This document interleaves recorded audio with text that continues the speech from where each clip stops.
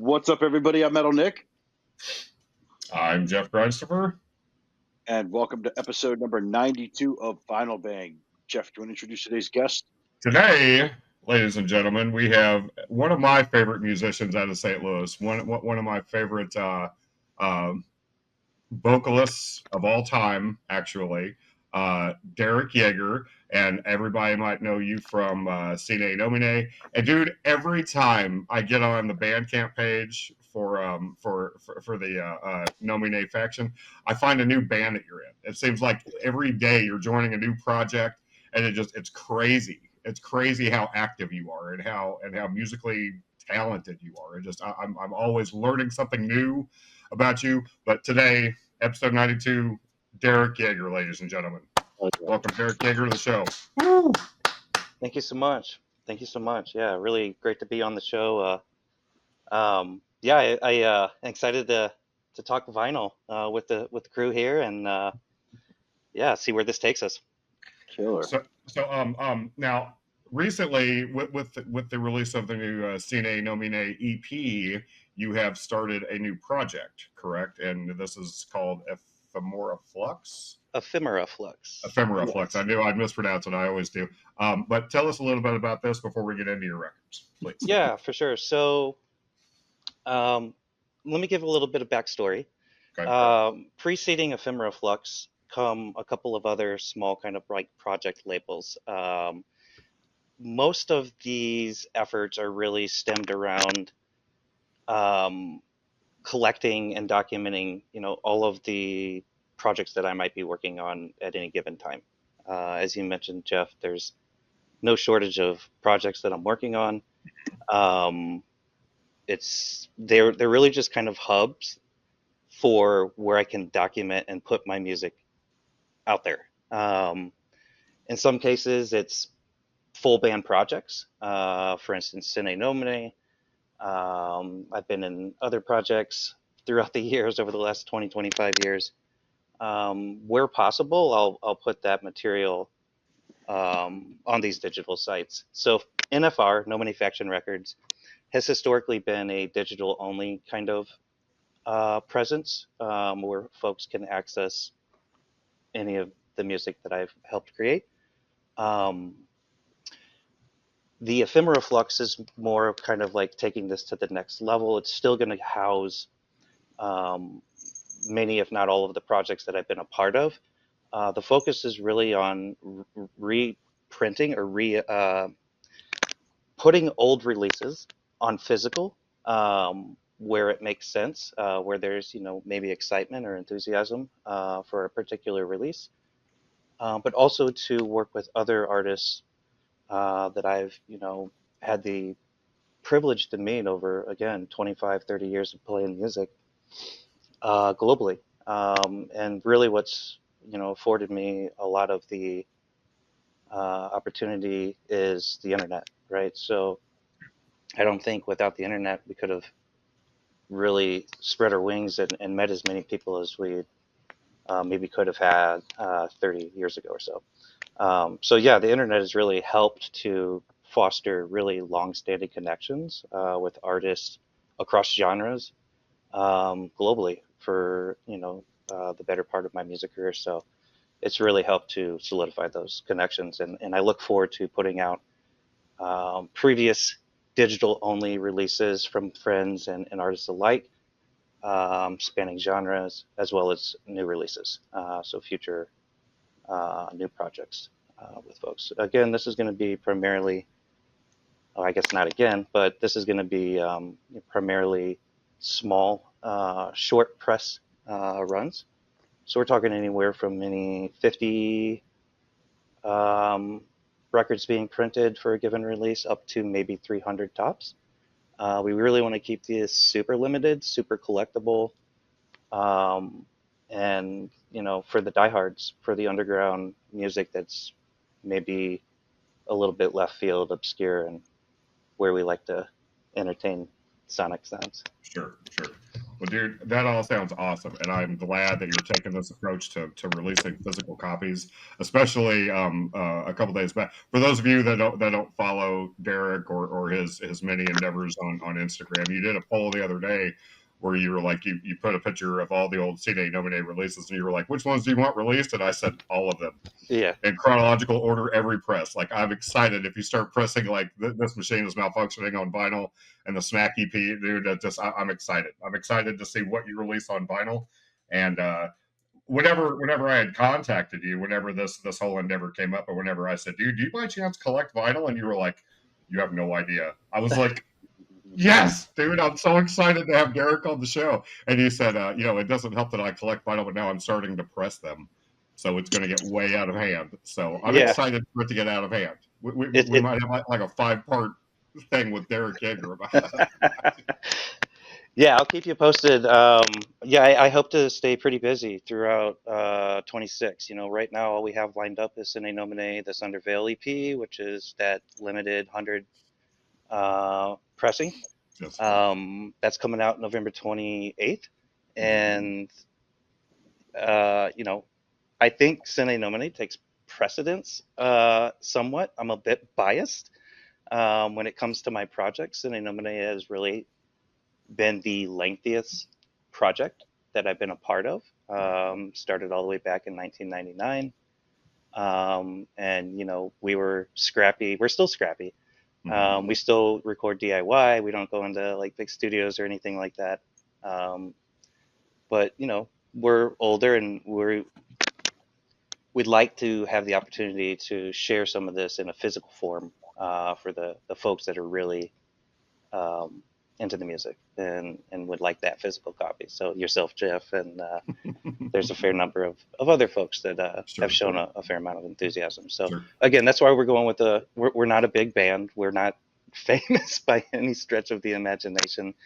But there is a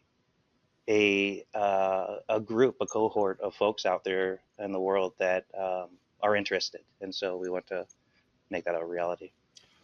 Real quick. Nick came down to see me a couple of years back. He flew out to see the weekend of Metallica shows in St. Louis back in 23, and I showed him some of your music, and he was a fan. Right on. All right, man. Thank you. So spreading the word one person at a time, dude. You guys are my favorite band out of St. Louis, and I don't want to dwell on this too long. I want to start getting into your records. I want to start getting into your collection to see what you're going to bring to the show today. But, dude, I'm excited for the new project. I'm excited for the new Sine EP. Very excited for all of this. So we're equally excited. It's been a long time coming, and it's all fresh new music too. So that's even cooler. Absolutely, brand new Sine Nomine music, dude. I'm excited, but I'm ready to see what music makes you. So let's start getting into the records. Sure. So how would you like to go about this? Is like a maybe thematic? Are you looking just kind of for what makes me tick in the record world? It's your show, man. Whatever you want to talk about. If you want to talk about, your childhood, something you bought from Kansas City over the weekend, or just whatever you want to talk about, dude. Yeah, so maybe I can give a little bit of context as to what got me into music in the first place was listening to vinyl records. So that and 8-tracks were what were popping in the early 80s. In particular, in my household, my dad was an avid record listener, collector. He was a musician himself, played with some really incredible musicians throughout the course of his musical career. But I just remember it, and I do come from a split family, so I would go spend time with him on the weekends. And that was like the thing that we would do is like I'd sit on his lap for like 5, 6 years old, and we'd just go through the records, and I'd pick out one that had a cool album artwork on it. And I want to hear this one, and more times than not, it was some like super psychedelic, trippy shit. And it was awesome because like being exposed to maybe more off the beaten path kind of music maybe helped kind of broaden my perspective and maybe area that I'm comfortable in Sure. moving sonically, right? So not all music is everybody's cup of tea. I think the show probably focuses more on the heavy rock metal side of things, if I'm not mistaken, in all of the myriads of genres and subgenres that accompany those. But rock and heavy music has always kind of been fundamental in my life from an early age. In addition to that, more avant music, more scapey music from like the 60s and 70s, thinking more along the lines of like King Crimson, Pink Floyd, those types of more avant kind of sounds around that time. Mhm. But also more of your like traditional music, like listening to all the classic Zeppelin albums and the like. Right. So that was a big influence on me when I was a young person. And I didn't start collecting records per se until I was probably in my 30s, mostly because I didn't have money to collect records. It's um, it's an expensive hobby if you choose to go outside of the 25-cent or 50-cent bins. Um, but there's a gold in those bins as well. But if you're looking for some more of that rare collectible type stuff, it might cost you a little bit of money. Absolutely. Right. So yeah, that was kind of like a bit of backstory as to vinyl really was kind of like the uh, driver in my like early music listening. Um, when it came to the point where I started collecting, now always had some records on hand. I remember a good friend of mine from a St. Louis band called There's a Killer Among Us. Prior to that band was that project, they were in a project called Little Bitter. The singer of that project, Jason Timmerman, um, we used to work together. We played music in separate projects, but our bands would play together. Sine Nomine, The Little Bitter, There's a Killer Among Us.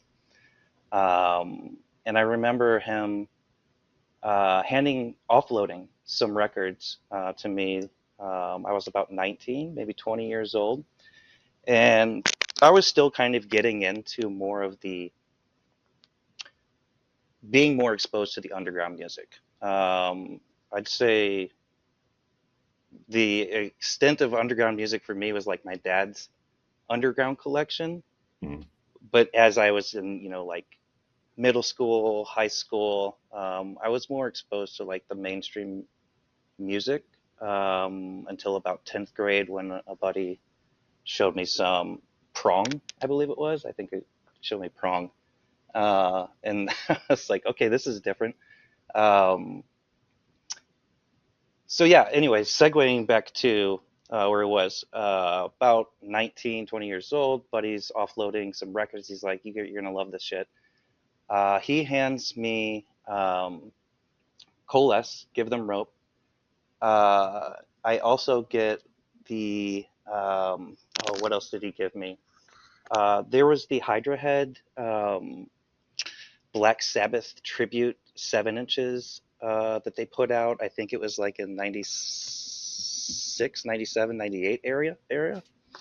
You can think like bands Animal Cunt, I Hate God on a 7-inch split covering Black Sabbath. I have another one, I think it is Converge and who's the other project on there? I can't remember off the top of my head, but then you got Coalesce on another one as well. So that was cool, and that was kind of more of my introduction into more of that kind of like underground punk hardcore kind of music, mathy, aggressive, much more dominant in the screaming, I guess you could say as well. Um, Whereas like the vocals were more like what I was more accustomed to growing up was more like fit nicely within the music. Whereas this was definitely more off the beaten path. Right. That was nice to me. I liked. To me, it kind of made that reconnection with going back to the early years of listening to vinyl with my dad that was more like abstract and obscure, um, pushing the boundaries a little bit. So that kind of is where it helped to form some of where how I write and play music as well, is pushing boundaries just a little bit, being a Right little on. bit more abstract. Right on. So yeah, where was I? Yeah, got started getting vinyl around 19. I didn't start pursuing vinyl per se though, as I mentioned earlier, until I was probably a little bit older, maybe a decade past, maybe 15 years. But getting little bits of vinyl, so we would go out on tour, Sine Nomine, and if a band had some merchandise, I would like to support them how I could, or we would do a trade or a swap, and sometimes I would collect some vinyl that way.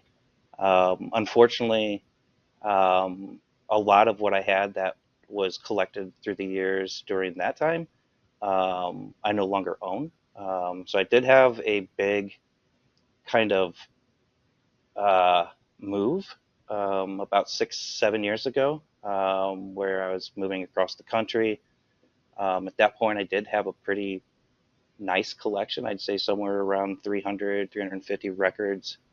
Um, some of those were more garage saley in a sense, but there's some context behind that where I would dig for really kind of like rare, older, more passed up records, simply so I could sample them for the music I was doing outside of Sine Nomine. So there's the listening aspect of my record collection, and then there's the purchasing for sampling aspect of my record collection as well. Okay. So a lot of my record collection is kind of confusing. Like if you, um, um, so yeah, I would go and just grab whatever. I'd actually go buy from a garage sale, like 50 records that were just, I don't know what's in the bin, but I'm going to grab these. There might be something in here, but I only have to pay $2 for it. And I could, something maybe sampleable. That would be that kind of intention for those types of records, is kind of finding those diamond samples in the rough. For more of the records from a listening perspective, I'm being more um, um, specific about what I'm looking for. So, for instance, before I moved out to California and parted ways with the majority of my collection, I kept like 75 records that really were like most important records to me. Sure. So you can think those records that Jason, passed to me, some of those more sentimental records, things I couldn't not have, and I'll figure out a way to store them however I need to store them, um, or deliver them. Anyways, that was that was a very sad day. Yeah, it sucks. Yeah. Now I know that they went to um, good folks, so I kept it as, or my wife rather, kept it as close to the family as possible, so that I still have access to these records, but I technically don't own them anymore. Um, so I'm happy with that. Somebody close has them, and they can listen and enjoy those. But I did have to start my collection over, so to speak, when I did move back from California. So I was out there for about 3 years, dense space, living quarters. So not really a lot of space for me to like set up shop from a collecting perspective, and storing everything, knowing that I might be moving halfway back across the country again at some point. So I kind of put my collection on pause for a little bit. Mhm. But then when I did move back to St. Louis, it was nice to get back into that collector mode. I felt this is home base. I'm not really going to be moving out again for hopefully ever, unless I'm retiring somewhere. I don't know. Um, But at the same time, my son was coming of uh, an age where record collecting meant something to him as well. And so we got to kind of bond a bit when we came back home to St. Louis with record collecting. And so that was kind of neat, having, like 13, 14-year-old that's interested in digging in the shops with you and spending, however much time it takes till you're done looking, which is kind of cool, hanging out with your son in that way. Sure. But yeah, I've definitely rebounded. I think I'm somewhere around now, since being home, I think 210 that I have in my Discogs. I have another probably 3 to 350 10 inches from like the late 30s to the mid 50s era. Um, that those I got, and that was the best 250 to 300 records of about 1,000. Um, that I procured through my wife's grandmother. So they were avid music listeners in my wife's family. Um, Her grandmother and grandfather, and had a really cool collection. Everything across, like all of the old, um, gosh, every genre that you could possibly think of, through from late 30s to mid 50s. Jazz, big band, Johnny Cash. There's Elvis Presley's in there, some old 10 inches from him.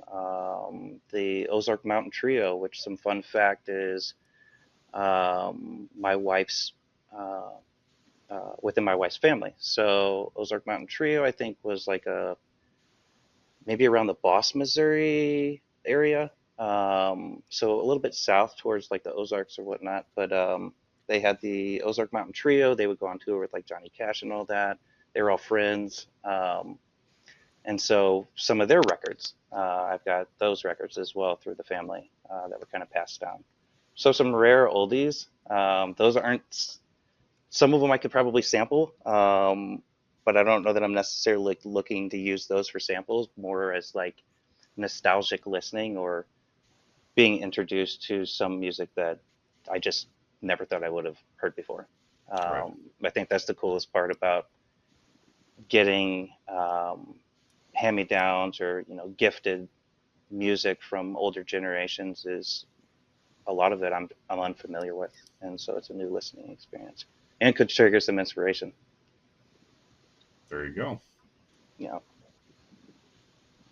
Yeah. So as far as like what I am most attached to at the moment from my collection, one of the records that I had mentioned earlier, that was passed down to me from a good friend, was the Coalesce Give Them Rope. Give Them Rope album here. This was released in, what was it? I think it was 96, if I'm not mistaken. I cannot remember. Oh, I can't remember when that album came out. It was late '90s for sure. But Yeah, this came out on Edison Recordings, late 90s. This was my introduction to Coalesce. Again, I think I was 19 years old when I heard this. This changed my perspective on music. This is raw. This is super raw. yeah, This is the way I like to hear music, is borderline unlistenable. I like all of the frequencies to clash. I like the vocals with this style of music to be very guttural, and that it's just the whole project, the band, they've just really accomplished something special with this sound. And I think Give Them Rope was probably a great introduction for me into this band. I couldn't have been happier to be gifted something that would be so life-changing for me, from the way I listen to music, seek out music, and even write and perform music. On the flip side of that, I'm also a very, very big fan of singer-songwriter type musicians, and I have two records in particular from the same individual. Rest in peace, Nick Drake. Um, this individual has greatly influenced the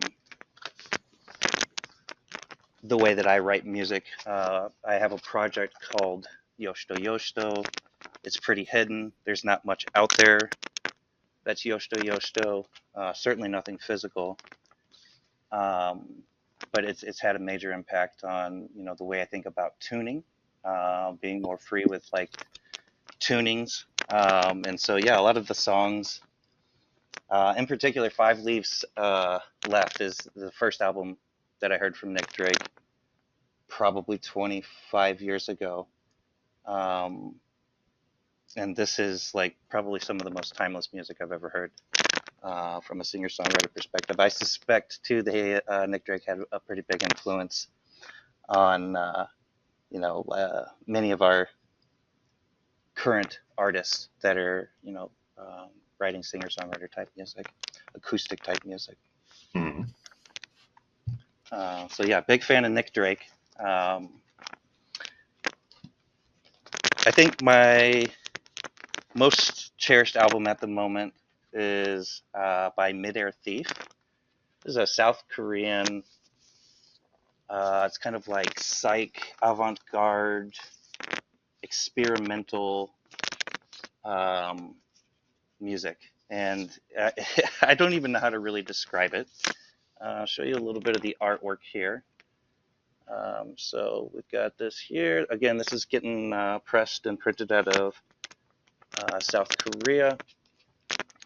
You won't necessarily be able to tell exactly the song titles. Right. I think that's the same case on their digital imprints as well. But what we do see is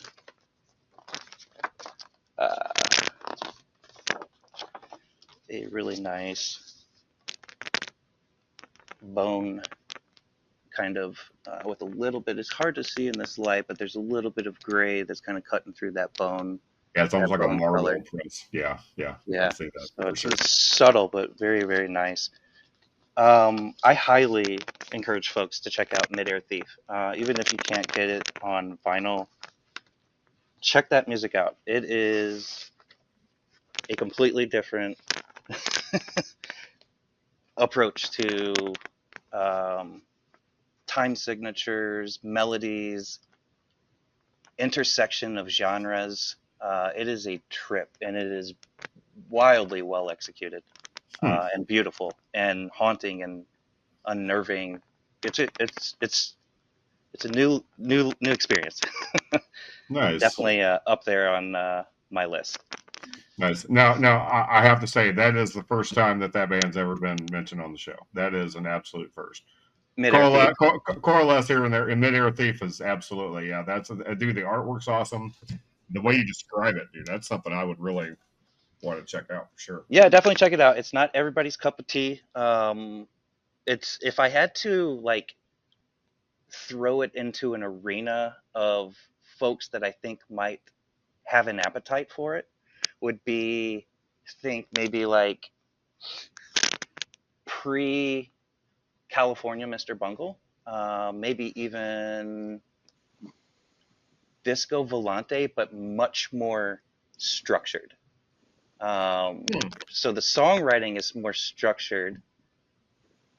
It's not as aggressive as some of the tunes. So it's not like metal music by any stretch of the imagination, but it has an intensity to it that almost kind of gives off that metal kind of vibe in aspects of it. And it'll also go all the way to the other extreme of where you feel like you're in a club, but it's like tasteful. It's not like 4 to the floor club. It's more like, oh, this is experimental club. Like this is maybe some like tiny dark German club that's only 50 people are in and they're all yacked out on something. Oh yeah. So that type of shit. Um, I also have a pretty decent Yob collection. They have been a big influence on me as well as Earth. So I'd say Yob and Earth. I think I've got what I've got. Grace Cessation. I've got A Raw Heart. We've got Elaborations, and what else do we got?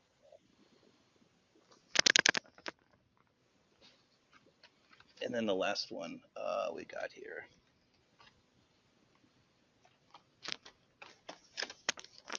Okay, and the last one we got here. So I'm sure these have been shown on your show. If not, I'm surprised. I used to have But yeah, that Ascending to the first one you showed. I had that. Ascending. Yeah, I had that on clear vinyl for a while. Took me a minute to get rid of it, but yeah, I saw them years ago at Maryland Death Fest. Thought they were pretty awesome, and that was like their latest album. I think their next album that they put out after that. What happened there? But yeah, Yob is. I think maybe one or two people have mentioned them on our show, but I want to say Brooke. Was yeah, one of the that's ones what I who was brought up. thinking. Yeah. Brooke definitely, but they're a very unique band for what they are. I would say. yeah. It's they are definitely carved out their own space. There's all elements that they picked up from their influences as well. But yeah, they've definitely carved out an amazing, beautiful space for themselves. Their music, they're exceptional songwriters, and I'm fortunate to have come across that band. Oh yeah. Oh yeah. Yeah. All right. What else you got? Oh, let's see. So let me go off of charge. One that I definitely got to call out is, let's grab, where's my F's? Because this is a necessary shout out. Just released, which I think may have also been put on the show. Oh, absolutely, dude. As soon as I got my pressings, they were on the show, dude. Yeah, dude, I love Graceless. Dude, that's such a good Incredible. album. Incredible album. I've also got from Fister The Decade of Depression, Gemini, and I also have, what was this one? This is the Infernal Paramount. Yeah. So sick, dude. So obviously, Hometown Heroes. We've been friends with those guys for many years. Yeah, and just great friends and like-minded folks in the music space. I'm also big into the Metal Fingers. So are you familiar with like Mad Villain, his more instrumental type collection of projects? So there's multiple volumes, and unfortunately I only have a couple of the volumes, but we've got volume 7 and 8, which is Special Herbs. This is all the Special Herbs kind of releases that he put out. Also got the Special Herbs 5 and 6, so I'm rocking 5 and 6, 7 and 8. There are many more out there. The man was a machine when it came to putting out music and pressing that stuff. So yeah, pretty cool there. Also a Death Grips junkie, shameless Death Grips junkie. I don't care what anybody says. I like Death Grips. I sample the hell out of Death Grips. I listen the hell out of Death Grips. So yeah, I've got a fair number of Death Grips records as well. What else I think is noteworthy?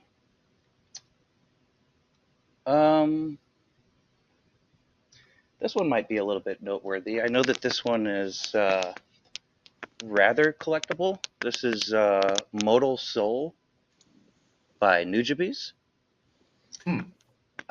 This is also going to be more of your kind of like lo-fi trip hop kind of vibe.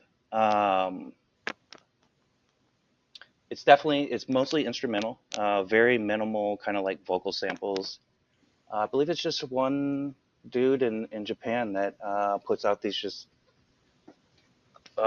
incredible instrumental tracks. Most of this is also sampled music with some like drum machine production and some minor analog equipment. Now the Productions as well. the artist is pronounce that again. Nujabes. Nujabes. Nujabes. Okay. I think that's how you pronounce it. It could be. That's how I pronounce it. Yeah, we'll allow it for the show anyway, Derek. We're not Yeah. we're not going to hold you accountable now. But Yeah. But yeah, I think this is pretty sought after. I know that a lot of folks are always looking for these records that he's dropping. Also Southern Lord junkie. So pretty much if I can find anything Southern Lord, I'm gonna pick that up. Obviously, I've got a ways to go in that space. Something that stands, all my Earth that was put out on Southern Lord. I've got, Eagle Twins, The Feather, Tip the Serpent's Seal or Scale.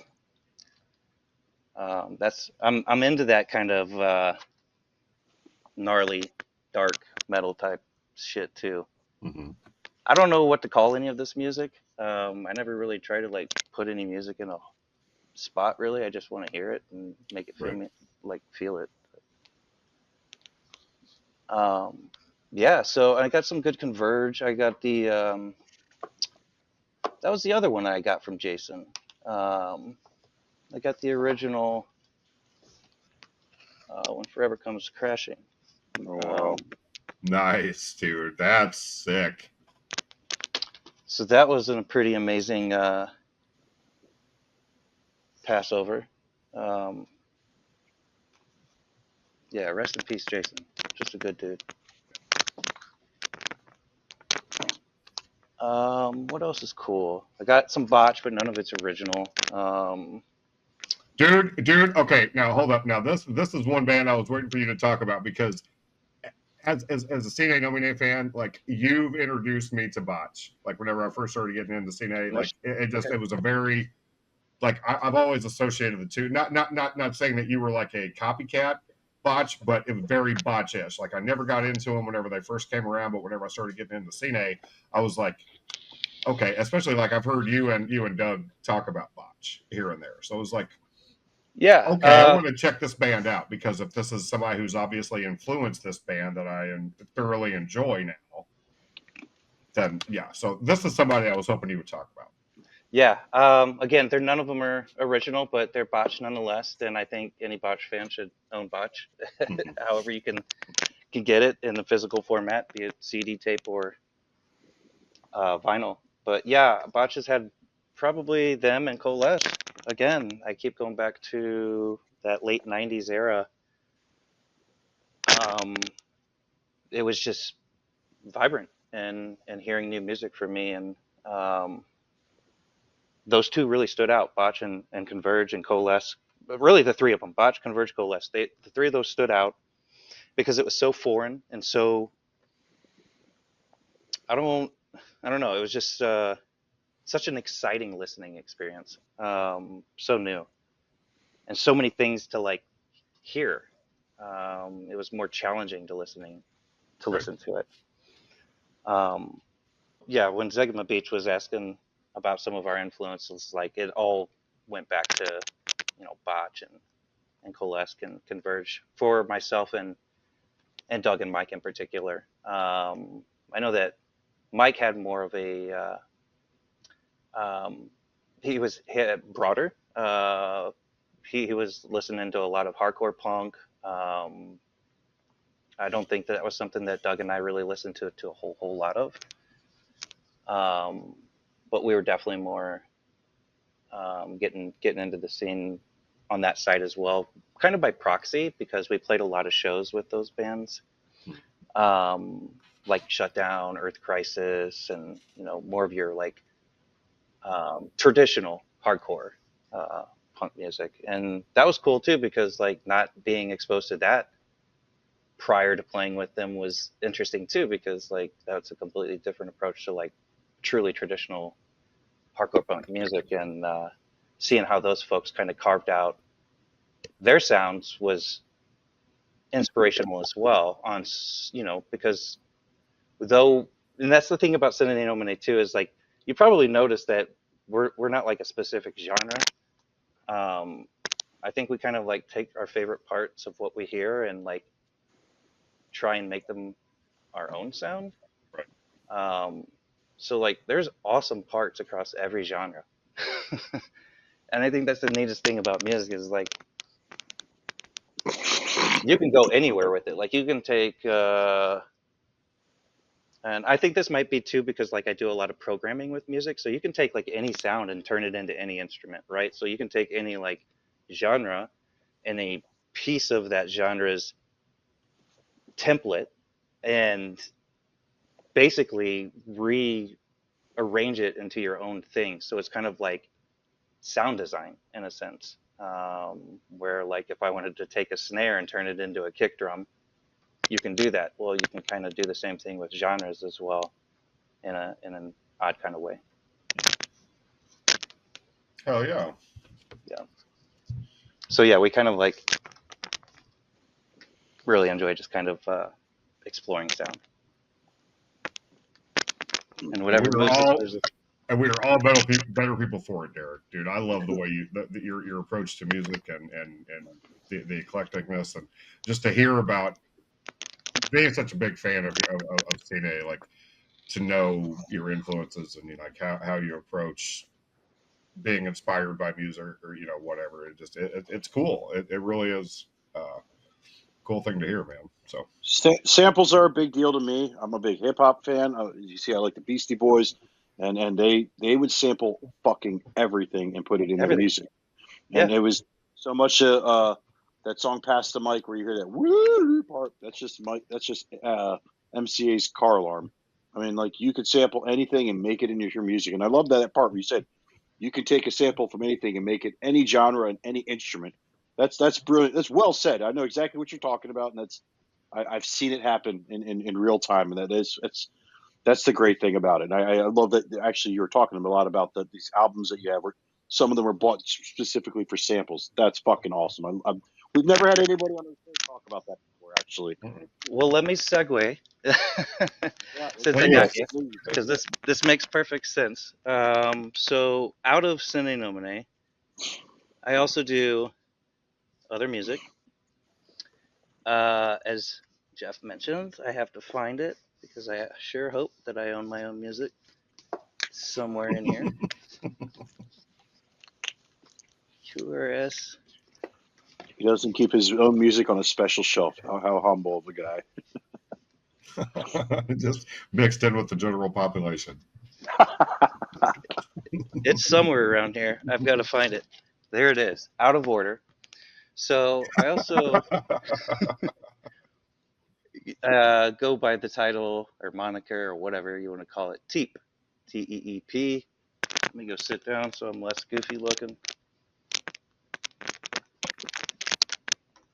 And I'll talk about this a little bit. So this is a 1 of 100 printing. This was released through Jukebounce Work. This is a collective out of LA that I've been working with for 10 years or so. Started working with them back in 2016, I believe. And they're just a group of artistic folks that are focused on electronic music, in particular deep underground electronic music.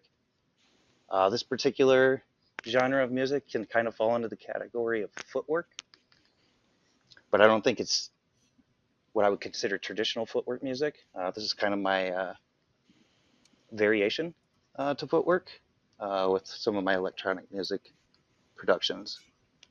This is a 6-track. This was released in 2018. I think this is the last copy. I might have one more copy that I could get rid of. But yeah, may reprint this in the future, to be determined. But that is pretty much a record that is full of sampling. Sampling anywhere from like the track AI, I sample a part of Menace to Society. Most of the sound is not technically, so it's all sound design as well within this record. So in addition to the samples that I'll pull, whether they're like lyrical vocal chop samples or like melody samples that are cut out of tracks, everything's going to have its own new sound design and kind of be altered entirely. Again, kind of going back to that reference where you can take a kick and turn it into a snare, or a snare and turn it into a kick. You can take a person's voice and turn it into a bass. Those types of tricks with sound design. But at the same time, rather than like penciling in and sequencing out my music, I record everything live on a MPD. So everything's being sampled real time, tracked out real time. So that's one thing is I'm kind of particular about the way I write and record. It's going to be as live as possible, even with electronic music. So you're going to hear mistakes, and I want people to hear mistakes because that's the natural human part of it. I'm not a professional musician by any stretch of the imagination. I'm in the moment type of artist, so you're going to get what that exact moment yields. That's the other thing about Sine Nomine is you're going to get like that first recording, and that's going to be it. Unless it's just wretched, you're going to get the first take. But before we move away from this, you say that I'm picking up what you're putting down, Derek. Since you said you have one copy you may be able to get rid of, I'll take it. I will absolutely buy this because I want to hear this project, dude. And I'm sure is this on your Bandcamp? Because this sounds familiar. This Teep thing sounds familiar. I do have 4 or 5 Teep releases on the Bandcamp. Mm-hmm. This particular release is released through Juke Bounce Work and exclusively through their Bandcamp. Okay. So it's not linked to any of the pages that I have on Bandcamp. Gotcha. Well, if you don't have anybody in mind to give your extra copy to, I would like to hear this. I would absolutely love to have another project of yours on vinyl. Cool. Yeah, I'll make sure that I have more than just this one. This would be number 66, so we shipped them out clearly out of order. Awesome. We'll talk after the episode's over, but yeah, dude, I would absolutely love to have that on vinyl. To hear that project on vinyl for the first time, I would absolutely love that. So I'm excited for you to hear it because it is a chaotic mess of electronic sounds and samples. It's probably one of my favorite releases as an aggregate. I think it flows the best from awesome. A sequencing perspective. So okay, yeah, I'm excited for you to hear it. Okay. So you got anything else for us, or do you want to? Oh man, do you guys have any questions? How you would pry at somebody to get some info out of them? Or we were talking. We had a little intermission that's not going to make the episode. But the artwork behind you, is that yours? No, this is bootleg Death Grips artwork that I got. Okay. For Father's Day. I was telling Nick, I was like, that almost looks like something like it looks like something from I don't want to say Sundowning. I don't want to say that artwork looks so familiar from something that on your Bandcamp, and I can't remember what it is.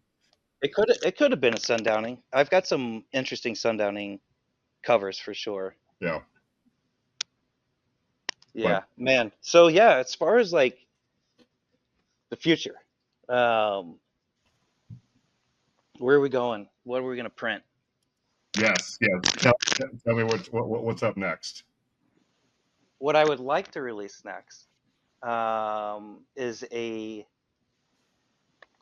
old DMI EP that I put out back in 2015.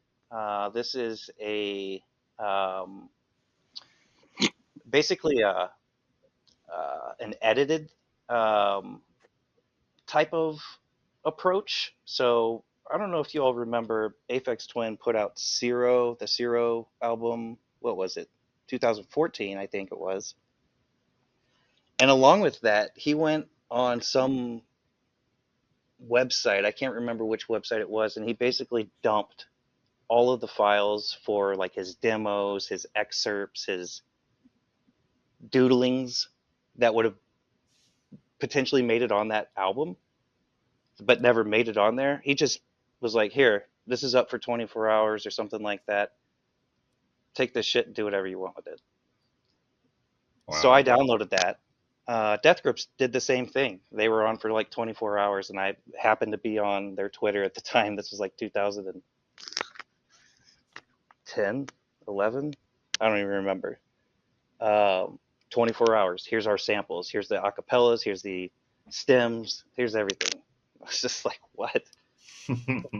So I did. I downloaded all of that material. I'm so glad that I did because it's Aphex Twin 1. To me, he's like my favorite artist of all time in that realm of music, electronic music, I guess. Most influential, most timeless, most yeah. The span of sounds that he's been able to capture is incredible. So yeah, big fan of Aphex Twin. This was again me taking these and kind of like doing edits. So taking some of the samples, but rather than taking a sample from like here's one excerpt, and I'm just going to use this sample from this excerpt. I would my approach to it was let me see if I can't marry different excerpts and edits that he has, like small pieces, and see if I can't capture more of like the broader picture across these edits and put those into something that is more of a song.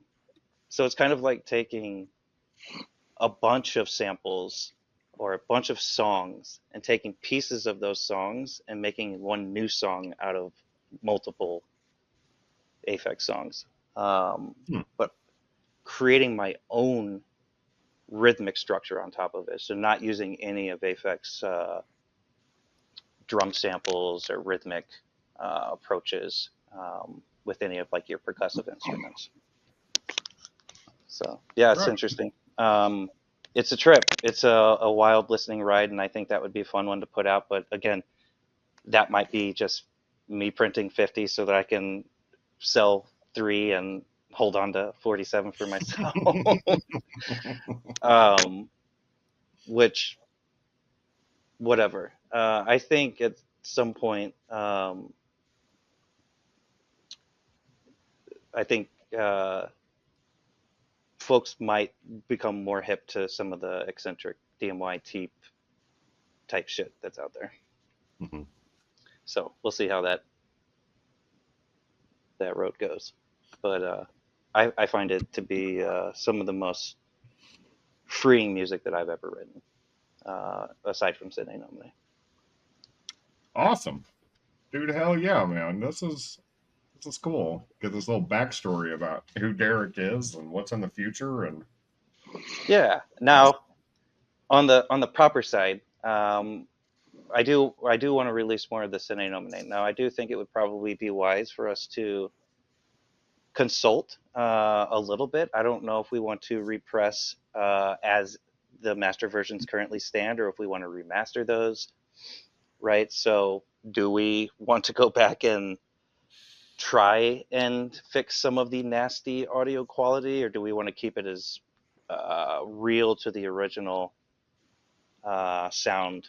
That's another question. We also would need to retrieve the original master files if we wanted to remaster these as well, potentially. Now, which brings up a point, because unless I'm mistaken, this machine was released on Relapse. It was distributed through Relapse. Distributed by Relapse. Okay. Correct. See, I wasn't sure how that worked, because on the CD it's got that, the Relapse logo on the back, and I was like, and this was whenever I first discovered you guys. Was back whenever this machine came, or it was not too long after that or whatever. But whenever I got that, I was just like, huh, these guys are on Relapse Record. That's awesome, and then everything else was all DIY. I'm like, well, cool. Well, I guess it didn't work out well. So.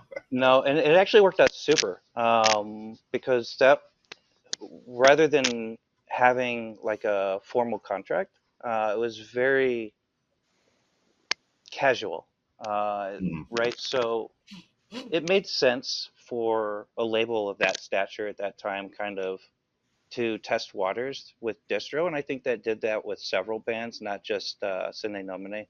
So I think a lot of the folks that were kind of doing A&R or doing management type things at Relapse at that point, rather than jumping off the deep end with a band or a project, you kind of test waters with a little bit of distro, right? Okay, we'll do a little bit of consignment. You send us, or we'll send you X amount, and we'll distribute X amount. So it was more again, casual in nature, but it really afforded us, I think, that exposure that we would not have had otherwise.